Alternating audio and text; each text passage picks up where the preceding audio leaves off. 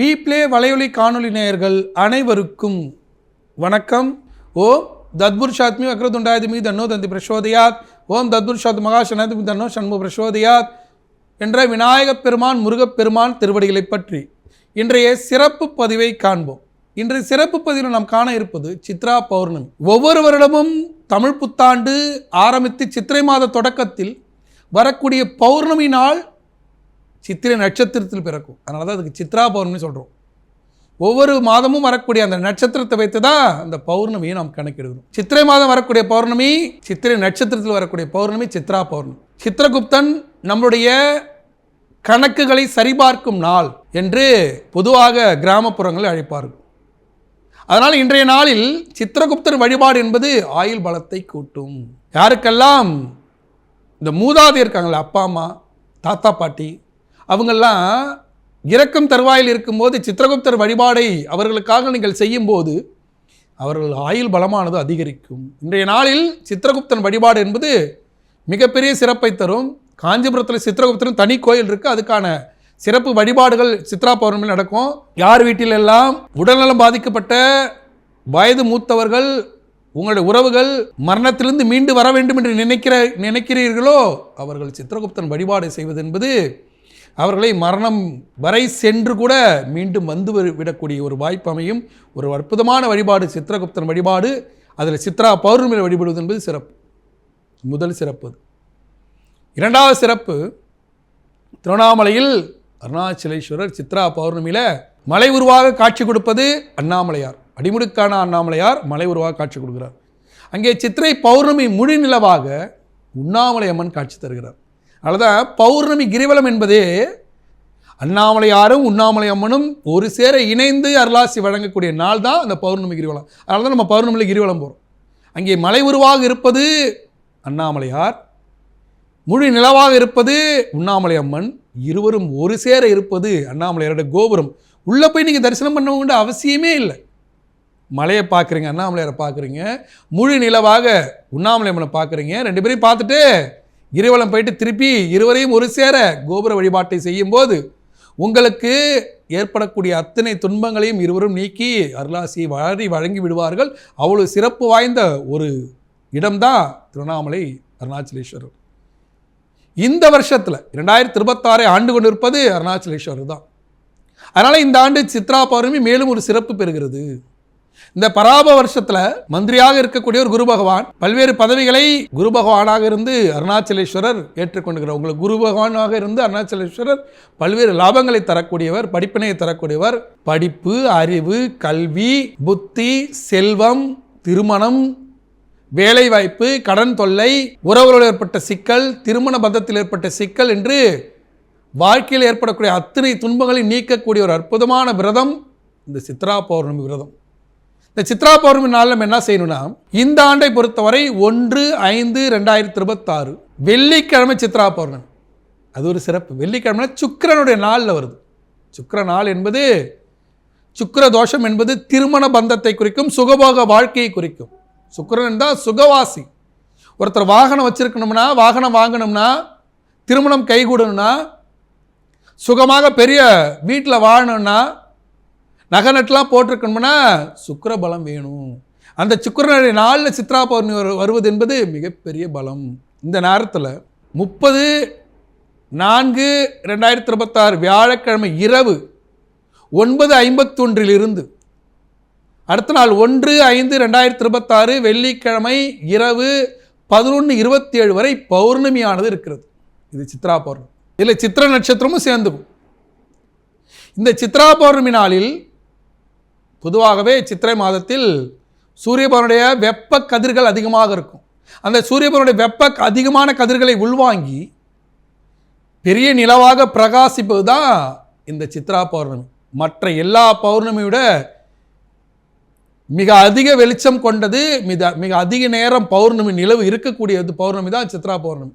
இந்த சித்ரா பௌர்ணமி நாளில் அருணாச்சலேஸ்வரர் வழிபடுவது என்பது, அவருக்கு கிரிவலம் நடப்பது என்பது மிகப்பெரிய ஒரு வாழ்க்கை மாற்றத்தை தரும். சூரியனோட ஆலயம், அதிகார பதவி வேண்டும், கண்டிப்பாக சித்ரா பௌர்ணமிக்கு போகணும். அங்கே அருணாச்சலேஸ்வரர் வழிபடணும். அமைதி காக்கணும், சிவபுராணம் படிக்கணும். பிள்ளைகள் பேசிக்கிட்டே வருவாங்க, வந்தால் போகிறாங்க. உங்களுக்கு அமைதி காக்க முடியல, நடந்தால் போதும். நீங்கள் எந்த நிலையில் இருக்கிறீர்களோ அந்த நிலையிலே இறைவனை தரிசிக்கணும். அடுத்தவங்களை ஏன் அமைதியாக இரு அப்படின்னா நீங்கள் ஆலோசனை சொல்ல வேண்டாம். நீங்கள் பாட்டும் போங்க, நீங்கள் பாட்டு கிரிவலம் நடந்தாலே போதும். இந்த கிரிவல பாதையில் இருக்கக்கூடிய அத்தனை சித்தர்களும் உங்களுக்கு அருளாசியை வாழி வழங்கி விடுவார்கள். குகை நமச்சிவாயர்லாம் மலை மேல் இருந்து அருணாச்சலேஸ்வரன் மிஞ்சிய ஒரு மகான். அந்த மகான்லாம் வாழக்கூடிய மலை தான் அந்த திருவண்ணாமலை. அந்த திருவண்ணாமலையில் கிரிவலம் நடக்கும்போது குகை நமச்சிவாயர் நம்மளை பார்த்தாலே போதும், அப்படி ஒரு சிறப்பு. இந்த 2026 இப்பொழுது பெயர்ந்த சனி பெயர்ச்சியை முழுமையாக ஆள்வோர் யாருன்னா ரமண மகர்ஷியும் ஈசானிய ஞானதேசிக சுவாமிகளும். ரமண மகர்ஷி அக்னி லிங்கத்துக்கிட்டே இருப்பார், உள்ளே போக முடியல, கூட்டமாக இருக்க, வெளியே நின்று கும்பிடுங்க. ரமண மகர்ஷி பகவான்னு பேர்.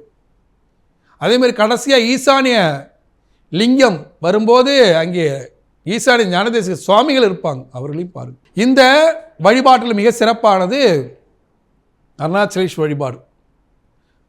மூன்றாவது, இந்த அருணாச்சலேஸ்வரர் கோயில்லையே நவகிரகத்து பக்கத்தில் சித்திரகுப்தர் இருக்கும். ஆனால் அன்னைக்கு சித்ரா பௌர்ணமியில் பயங்கரமாக கூட்டம் இருக்கிறதால முன்னாடியே போய் கூட சித்திரகுப்தருக்கு ஒரு அர்ச்சனை பண்ணிக்கலாம். தன்னுடைய உறவினர்கள், உடல்நல பாதிக்கப்பட்டவர்கள் மரணத்திலிருந்து மீண்டு வர வேண்டும் என்பதற்காக வழிபாட்டை செய்யலாம். ஒரு சிலர் என்ன பண்ணுவாங்க, தன்னுடைய மூதாதையர்கள் ரொம்ப உடல் பாதிக்கப்பட்டிருப்பாங்க, வயது மூப்பின் காரணமாக அந்த உடல் பாதிப்பில் அவங்களால மரணத்தை நோக்கி போயிட்டே இருப்பாங்க, மரணம் கைக்கு வராது.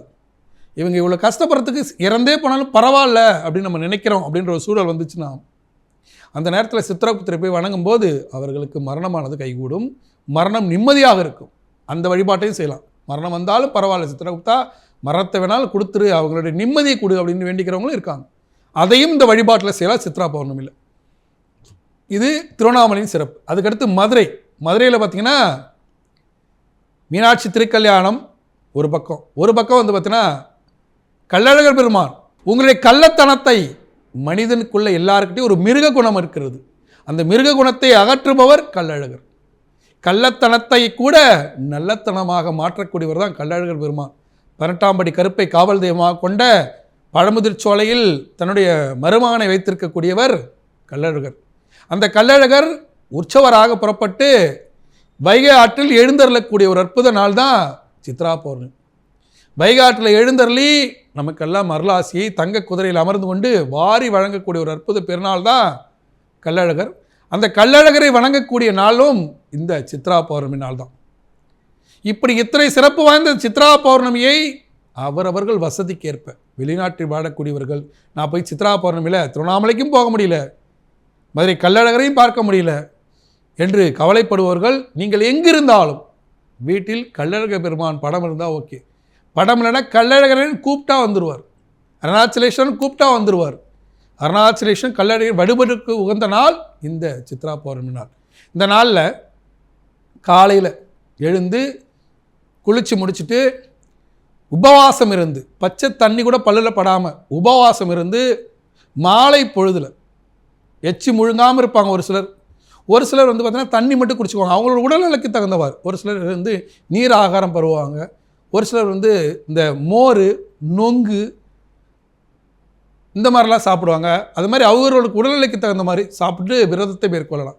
மாலை பொழுதில் தலைவாழை இட்டு, மாங்காய் வைத்து, மாம்பழம் வைத்து, பலாப்பழம் வைத்து, இந்த சித்திரை மாதத்தில் கிடைக்கக்கூடிய உணவு வகைகள், பழங்கள், காய்கறிகள், இதில் பார்த்திங்கன்னா மிக முக்கியமாக சித்திரை மாதத்தில் வைக்கக்கூடியது என்னென்னா வெண்பொங்கல், அவற்றோடு கோதுமையால் செய்யப்பட்ட உணவு, கோதுமையால் செய்யப்பட்ட ஒரு உப்புமா இருக்கலாம், கோதுமை உப்புமா வைப்பாங்க, கோதுமை பொங்கல் மாதிரி வைப்பாங்க, அந்த மாதிரி வைக்கலாம். ஒரு பக்கம் கோதுமை பொங்கல் மாதிரி வச்சுக்கலாம், ஒரு பக்கம் தயிர் சாதம் மாதிரி வைக்கலாம், இல்லை ஒரு வெண்பொங்கல் மாதிரி வைக்கலாம். இந்த வருடம் குரு ஆள்றதால சக்கரை பொங்கலும் சேர்த்து வச்சுக்கலாம். அப்படி வச்சு இந்த சித்திரை மாதத்தில் கிடைக்கக்கூடிய பழ வகைகளை வைத்து, எப்பொழுதுமே விரதத்தில் ரொம்ப அழட்டிக்க தேவையில்லை. விரத நேரத்தில் வாழைப்பழம் சாப்பிடக்கூடாது. வாழைப்பழத்தை நாம் நெய்வேத்தியமாக இறைவனுக்கு சமர்ப்பணம் பண்ணுறோம், அப்புறம் தான் சாப்பிடணும். வாழைப்பழத்தை சாப்பிட்டா இந்த விரதமானது முறிந்துவிடும். அப்போ வாழைப்பழத்தை நம்ம சாப்பிடக்கூடாது. அதில் என்ன பண்ணணும்னா மற்ற பழ வகைகளை சாப்பிட்டுக்கலாம். இதில் தற்போது கிடைக்கக்கூடிய பழ வகைகள் மாம்பழம், பலாப்பழம், அதே போல் நொங்கு, இது மாதிரி என்னென்ன கிடைக்குமோ அவற்றையெல்லாம் வைத்து இறைவனை மனதார பிரார்த்தனை செய்து மாலை வேளையில் மாலையில் 6 மணிக்கு அந்த நிலவு, பௌர்ணமி நிலவு வருது இல்லையா, அந்த நிலவை வந்து மேலே போய் பார்த்துட்டு வெளியே வந்து வீட்டிலேருந்து வெளியே வந்து வெட்ட வழியில் நிலவை தரிசனம் செய்துவிட்டு அதுக்கப்புறம் வீட்டில் படையலை போட்டு அங்கே அருணாச்சலேஸ்வரர், சித்திரகுப்தர், உண்ணாமலை அம்மன், மதுரை மீனாட்சி சொக்கநாதர், கள்ளழகர் பெருமான் இவர்களை எல்லாம் ஒரு சேர மனதில் பிரார்த்தனை செய்து வணங்கி கொள்ளும்போது இவர்கள் அனைவருடைய அருளாசியும் கிடைக்கப்பட்டு அருணாச்சலேஸ்வரர் அருளால் அதிகார பதவி, வேலை வாய்ப்பு, குழந்தை பாக்கியம், செல்வம், நிலையான வருமானம், கடன் தொல்லை இவையெல்லாம் நீங்கும். மீனாட்சி சொக்கநாதர் அருளால் புதிய திருமணம், பிரிந்திருந்த ஜோடி ஒன்று சேருவது, கடன் தொல்லை, வீடு கட்டுவது, பத்திர பதிவு செய்வது, நிலம் வாங்குவது, இடம் வாங்குவது என்று கனவுகள் நிறைவேறும். தாலி பாக்கியம் நிலைக்கும், ஆயுள் கூடும், கணவன் மனைவி உறவு சிறக்கும், 2வது திருமணம் கைகூடும். இதெல்லாம் மீனாட்சி சொக்கநாதர். கள்ளழகரார் கள்ளத்தனம் குறையும், அலுவலகத்தில் இருந்த சிக்கல்கள் தீரும், பண வருவாய் பெருகும், அரசியலில் புதிய உச்சத்தை தொடலாம், கலைத்துறை சார்ந்த அன்பர்களுக்கு புதிய வாய்ப்புகள் கிடைத்து திறமைகள் வெளிப்படும், வெளிநாட்டு பயணம் மேற்கொள்ளலாம், வெளியூரில் பல்வேறு சாதனைகளை சாதிக்கலாம்.